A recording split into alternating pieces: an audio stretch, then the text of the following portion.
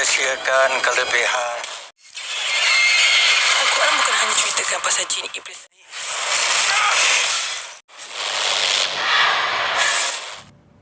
Hai guys, apa kabar? Buruk? Masih datin foto mantan? Lemah. Oke, pada video kali ini saya akan memberikan alur cerita film Munafik 1 yang dijamin membuat kabar kalian semakin memburuk. Film Munafik 1 ini dirilis tahun 2016 yang berasal dari tetangga Malaysia.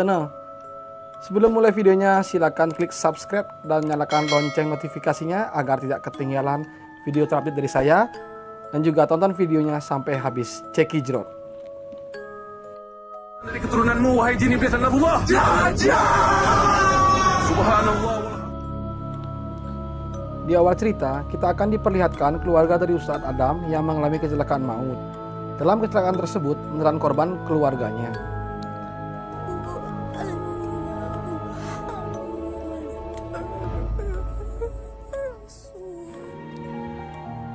Ustadz Adam memiliki ilmu yang tinggi, tidak seperti kalian. Tetapi akibat kecelakaan tersebut yang menelan korbannya, Ustadz Adam jadi tidak fokus menjalani ibadah dan berhenti mengobati orang-orang yang kesurupan. Bahasa kerennya sih resign. Oke, lanjut cerita. Si anak yang bernama Amir selalu bermimpi bahwa ibunya mengajak Amir untuk bermain-main dan selalu menjaga Amir. Hanya boleh ke terima ibu kembali pada Allah dulu. Di lain cerita, ada seorang wanita yang bernama Maria dan seorang laki-laki yaitu bosnya yang bernama Fasli. Si Fasli ini jatuh cinta dengan Maria dan ingin meminang, tapi sepertinya Maria tidak suka dengan mas-mas satu ini. Lanjut cerita ke keluarga Maria yang bernama Sati. Ya, Ibu Sati ini sedang melihat-lihat apa yang selama ini dipelajari oleh Maria di kamarnya. Dan terkejutnya bahwa ibunya menemukan buku-buku tentang mistis di kamar Maria. Wow. Sebenarnya dia mengajar. Di tempat lain, entah mengapa Maria dihantui bangsa dedemit dan lembut. Entah itu dari lift, perjalanan pulang kerja,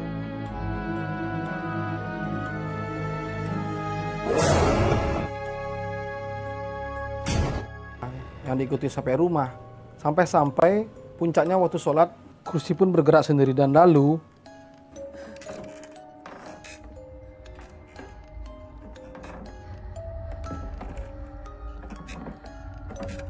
jancuk. Suatu ketika, Ustadz Adam ditelepon oleh Imam Ali. Ustadz Adam diminta untuk membantu keluarga Maria, yaitu warga kampungnya, karena kerasukan, dan kebetulan saat itu Ustadz Adam lah yang lagi ada di kampung, karena Ustadz lain yang lagi di luar kota. Lalu tak lama kemudian ayah Adam memberikan sedikit wejangan agar Ustadz Adam kembali ke jalannya. Sesampainya di rumah Sati, ya itulah Ibu Maria, Ustadz Adam, Imam Ali, dan Azam menanyakan banyak hal tentang apa saja yang terjadi di rumah ini. Dan sambutan pun diperoleh oleh Ustadz Adam. Setelah masuk ke kamar Maria, Ustadz Adam membacakan doa-doa dan ayat-ayat untuk mengusir makhluk halus itu. Allahu Akbar. Keluar. La ilaha illallah. Alfa sanatan. Ana min khairin wa ahsanu. Teruskan baca, Azman. Tamutul laka. Wa ulqiya as-saratu sajidin.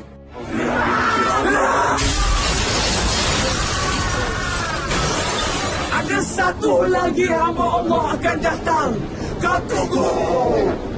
Dia adalah keturunan iblis. Dia akan sesatkan umat Rasulullah dan berpaling dari Al-Quran. Siapa yang akan datang dari keturunanmu, wahai jin iblis Allah? Subhanallah.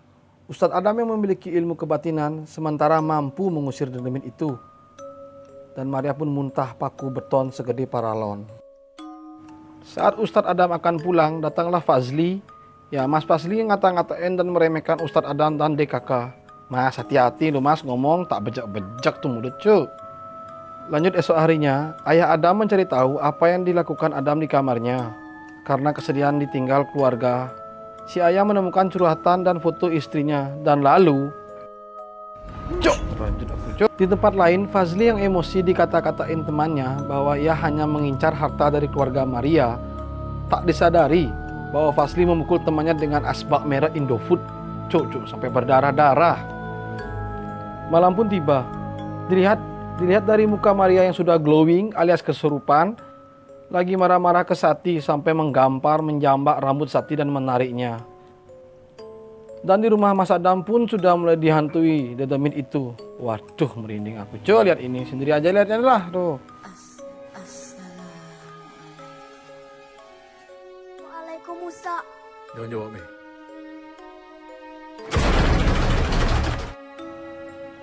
Ustadz Imam pun tak luput dari gangguan oleh dedemit itu dan mobil terjun bebas ke jurang. Itu Imam, cuk. Kembali ke Maria yang sudah kerasukan, dia mengebel Fazli bahwa dia suka dan sudah tidur dengan Mas Adam, ya Ustadz Adam itu. Sati kembali memanggil Ustadz Adam. Saat akan menyemburkan air yang sudah dimantrai, Maria langsung dipontang-pantingkan ke kiri, ke kanan, ke kiri, ke kanan. Kau adalah musuh aku yang terbesar di atas muka bumi. Dengan ilmu yang dimiliki Ustadz Adam dan berhasil kembali mengeluarkan iblis itu, tetapi sesaat setelah normal mata Maria melotot dan benar saja di belakang Ustadz Adam sudah ada si doi yang lagi gelantungan. Tak lama kemudian suara terdengar dari kamar Pak Imam dan Pak Imam pun sudah hilang lenyap seketika. Di sini nih saya kurang paham mengapa Adam pergi meninggalkan Sati. Di perjalanan, Ustadz Adam ditelepon kembali oleh Azam yang mengatakan bahwa Imam Ali telah meninggal. Ustadz Adam menjadi pusing 7 keliling. Ditambah lagi ditelepon oleh anaknya yang mengatakan bahwa di rumah sudah ada ibu yang menjaganya. Di sana Ustadz Adam marah, pusing, bingung, masalah banyak, bayar cicilan belum, listrik belum isi, aduh makan belum, pengen kencing, dan akhirnya Ustadz Adam pun gelap mata. Matanya memerah. Lalu Ustadz Adam ke pemakaman untuk membongkar kuburan istrinya. Loh kok? Kayak ngeri.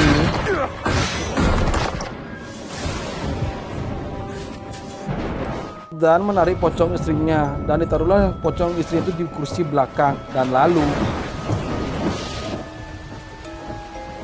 antuk mongol itu pocong, cok. Ternyata pocong ibunya ini dibawa ke rumah. Ya tentu saja untuk Amir. Dan mereka bertengkar. Di sana karena emosi tingkat dewa, Ustadz Adam mencekik Amir lalu, aduh cuy nggak lihat, aku nggak bisa ngeliat ini. Ternyata mimpi, cuy. Singkat cerita, Maria yang depresi dan tertekan ingin meminum obat penenang. Bukannya malah tenang, malah diganggu lagi dengan bangsa lembut yang nongol di kaca dengan melotot.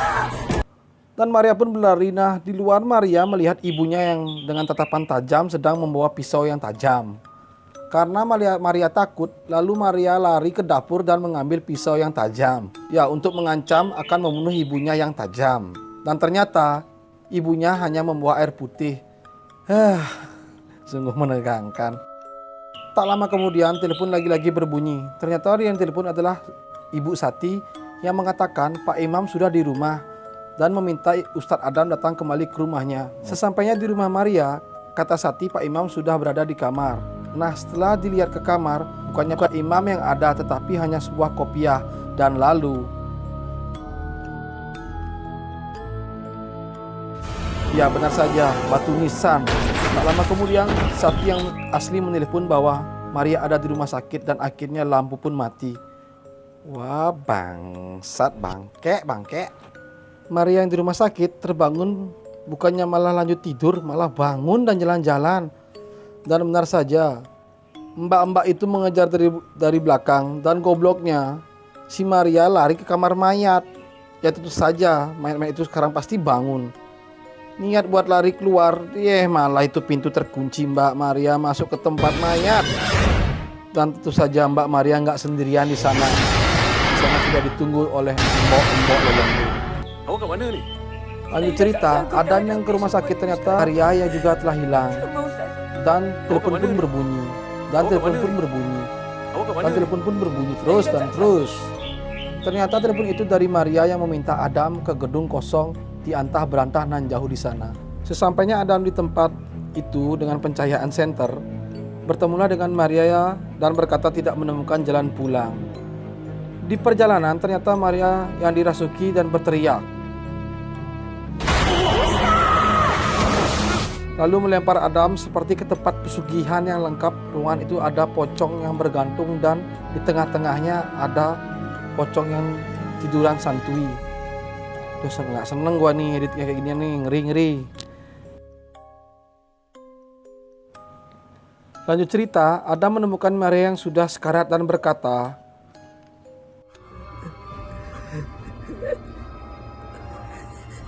Sebenarnya kalau orang yang langkah kita Ustaz dulu.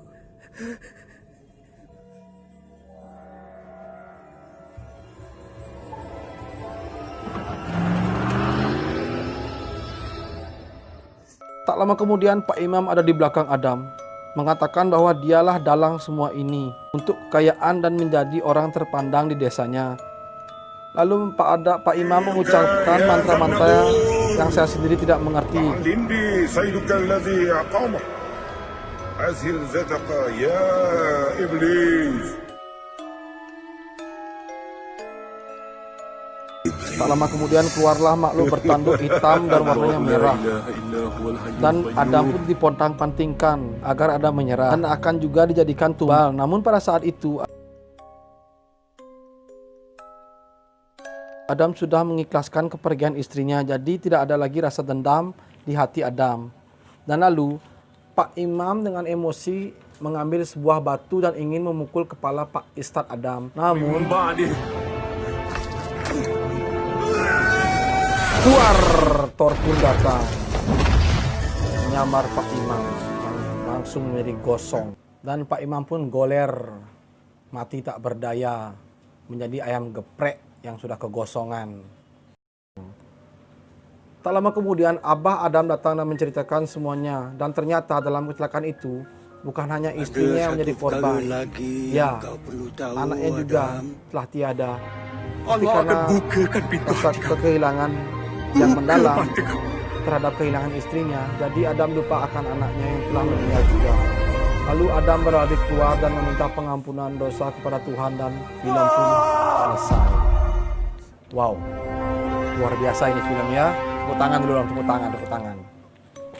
Untuk review film dari Munafik 1, untuk Munafik 2 akan saya review setelah video ini ya, paling lambat 2-3 hari kembali. Jika ada masukan silakan tulis di komentar dan jangan lupa teman-teman untuk lakukan subscribe, like, and comment agar saya semakin semangat membuat video review movie seperti ini.